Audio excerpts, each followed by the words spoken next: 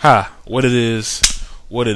I once again Instant Classic 8 here. Just give you my thoughts on a couple things. First off, I got a couple messages. Well, not a couple. I actually got a lot. People asking me, where's my No Mercy review? Because I usually have it up the same time as the pay-per-view happened. I didn't get to catch the pay-per-view on Sunday night. Actually, I just watched it like a day or so ago. I just finished it up a couple hours ago, so I'm not gonna give my review, just kind of my thoughts on that. Talking about No Mercy, of course. Overall, it was a good show. I'll give it its props. The ladder match was pretty good. I heard a lot of people going crazy over this. It was a great match. I was actually on the edge of my seat, even though I knew, there was no chance. Well, I'm gonna say no chance, but there was a good chance that Shawn Michaels was not walking out as a champion. Like I said, even with that, even with me knowing the result, I was still on the edge of my seat watching this match. It was very, very, very good stuff. I heard a lot of people complaining about Triple H and Jeff Hardy match. I haven't, I know True Slayer did a video. I'm not sure what he's talking about. Not saying what he's talking about because I haven't seen the video yet, so I'm not sure what he's mentioning on. But I guess people are upset with Triple H that he buried Jeff Hardy. First off, I don't think he buried Jeff Hardy at all. We all knew Triple H was going to win. Well, give Triple H the benefit of the doubt. We all knew Jeff Hardy was going to lose the match, and even with that, Triple H won with a roll up. So that's just saying he pretty much edged by Jeff Hardy, who was pretty much the best wrestler in this match. So, like I said, I don't see how they buried him at all. But that's Triple H.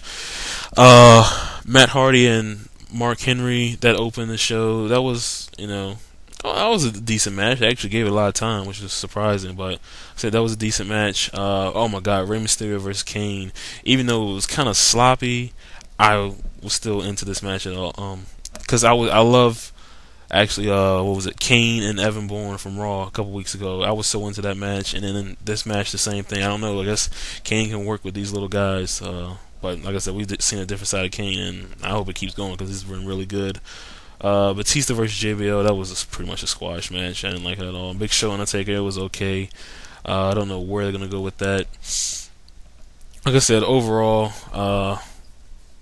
No Mercy was good. I heard what they're doing for Cyber Sunday. There's no telling, how good that'll be, but only time will tell. Now, I want to move to TNA. First off, I know I did the video showing my reaction. Well, not reaction, but I guess it was my initial reaction to the video game.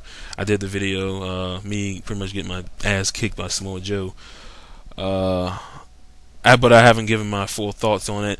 Overall, the game is decent at best. I think a lot of people said it best. You'll play it, and then sooner or later you get bored with it. Like I said, that's pretty much me. I enjoyed it, but now, and I didn't beat the game. I didn't beat story mode. I don't think I only got through maybe like a quarter of it. It's just, it's not too entertaining anymore. The online aspect, you'll have fun every now and then, and you'll have a crazy Ultimate X match, but other than that, the game is very limited. I actually don't own the game anymore, but that's a different story. Anyway, Bound for Glory. Yes, Bound for Glory, TNA's biggest pay-per-view of the year, is this weekend. Gotta say, I am not looking forward to it. There's not really anything on here that stands out that make me say I want to spend. Well, I would say $30, but now that someone informed me, it's actually going to be $35, and that's just crazy. To bump up the price of the pay-per-view, like last year's card, yeah, I would have spent $35. Yeah, I would spend $40 for it. Now, just looking at the card, no way would I spend $35 for that. I don't want to spend $30 for it, to be honest with you. I had my hopes set on ordering this pay-per-view, considering, how good they did on pay-per-view this summer. But I don't know. Let me just, like I said, I can run down the list just to let you know. I haven't watched Impact yet. I just got home, so I'll watch that later. Of course, you got Sting versus Samoa Joe. Lord only knows we need Joe to win this. If Sting wins, I can't say I'll be upset because I'm kind of expecting it, but we need Joe to win this. They're bringing back Pterodon. They call him the Steel Cage Asylum or something like that. There's no telling. You'll probably see the shitty machine guns in there. I didn't mean to call them that, but that's what they are. You'll probably see them and a bunch of other random, Prince brother, Prince Justice Brotherhood, I think is what they call. You'll see a lot of idiots in there.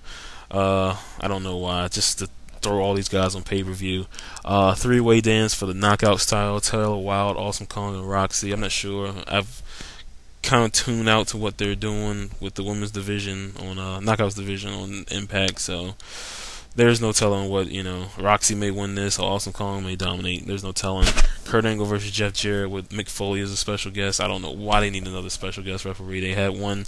They got one this year. Last year they had Matt Morgan in the Cage and Joe match.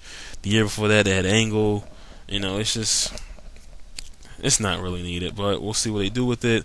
Then you got the match. I don't understand this. 4 tag team Monsters Ball match for the titles. Beer Money, LAX, Team 3D, and Abyss and Matt Morgan. No. If they had a hardcore match, obviously going to throw the gimmicks. If they had a hardcore match with Abyss and Matt Morgan versus Team 3D, that would have been cool. And then Beer Money and LAX had a match, for the titles. That would have been cool, but throw all these guys in here in a Monsters Ball. Monsters Ball is supposed to be, 4 guys getting locked up for a day and then going at each other. But now it's lame, But whatever. Hopefully it's a decent match at best. One match that could be good, even though I don't know where Petey is. X Division match, Sheik Abdul Bashir versus Consequence Creed. Hopefully this is a good match. Well, I'm not saying hopefully. It should be a good match. Maybe they'll give Creed the title. There's no telling with that. This is the first time I've seen this, to be honest with you. 6-person intergender tag team bimbo. That sounds horrible. That sounds terrible. Angelina Love, Velvet Sky, and Cute Kip James versus ODB, Raka Khan, and Rhino. That sounds horrible. That's horrible. I don't want to see that. And then the 3-way dance, which I don't understand. This was the one match that could have been the show stealer, the show savior, Christian and AJ, and then you throw Booker T in there, and now it's a 3-way. What the hell? Seriously. Anyway, like I said, there's nothing on here that really interests me to want to order this. If the TNA gods come down on me and take over my brain, I probably will order it, but I don't see myself doing that right now, even though it is TNA and I do like them. But hopefully they can give us something. TNA, I know you're watching. Do something good. Surprise us with something. I don't care what it is. But, Jesus, man. Please, Joe. Joe, please win. I cannot take Sting as champion no more. With that, I will be watching Bound for Glory this Sunday, so you will see my review. Until then, I'm out.